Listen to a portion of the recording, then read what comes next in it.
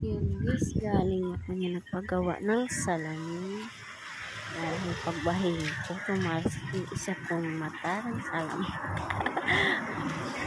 Uwi na sa bahay.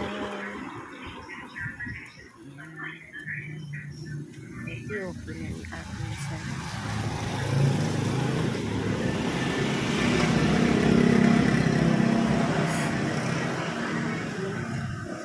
Sana wala nang bagyo ng na.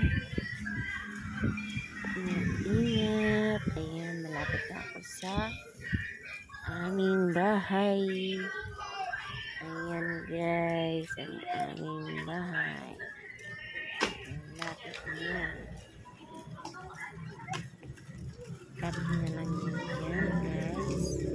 Dito sa kanto, yan ang bahay namin. Ayan guys, ang aming bahay. Subscribe guys, please, para makatulong naman sa amin pambiling gamot. Thank you for watching. Ayan na, malapit sa bahay guys. Ayan ang bahay namin guys.